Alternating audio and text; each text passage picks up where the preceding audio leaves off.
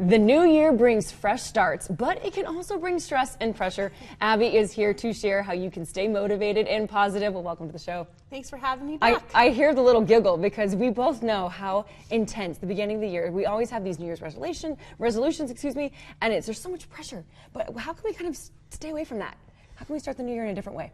So I feel like we have it all wrong, and I feel like we get all this pressure of conquering our goals, but then we bite off more than we can chew, and it's because we're not regulated in our nervous system. We wake up and we just throw coffee down and get out the door, but there is so much with the nervous system that's creating all this chaos in the body and stress, which then holds us back from following our dreams and conquering our goals. Oh my gosh, you were just preaching to the choir. Amen, sister, because seriously, we have our routines, we have our goals, but then it's the pressure of the social media and we're not doing enough, and it's like the imposter syndrome and all the things. So tell me a little bit about dive a little bit more into the nervous system and how we can kind of help regulate it. There are so many studies, including a Harvard health study, that said 80% of us are in this chronic activation of fight, flight, freeze mode.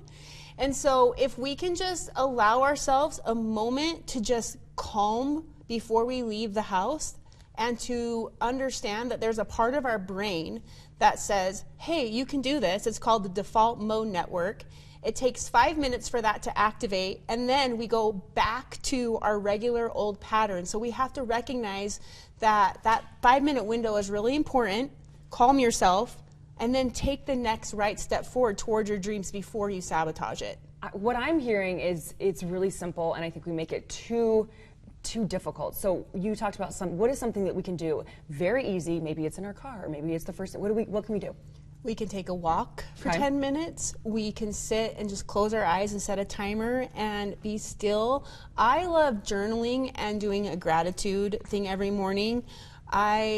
I just feel like that time for being slow and just being intentional. I'll often actually just close my eyes and be like, how do I want my day to feel and look? And I'll visualize that in my brain before I start my day. See, and that's so simple. So how can we set realistic and manageable goals that don't feel overwhelming?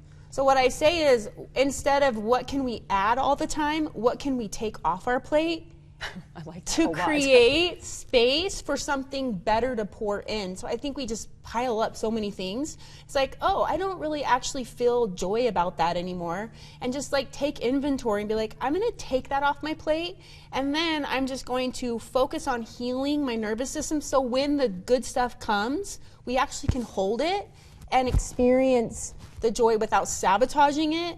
And I often think people get really used to the struggle, so they get dopamine hits from that. But we want to get dopamine hits from the happiness. 100%. We are so overloaded with the to-do list, right? The mom, go to the grocery store, I got to do this and I got to do that, and then you just shut down. So tell us a little bit really fast about your collabs, because I know that's important. Thank you. I'm collaborating with Amy Purdy. Often she's a huge wellness coach, public motivational speaker.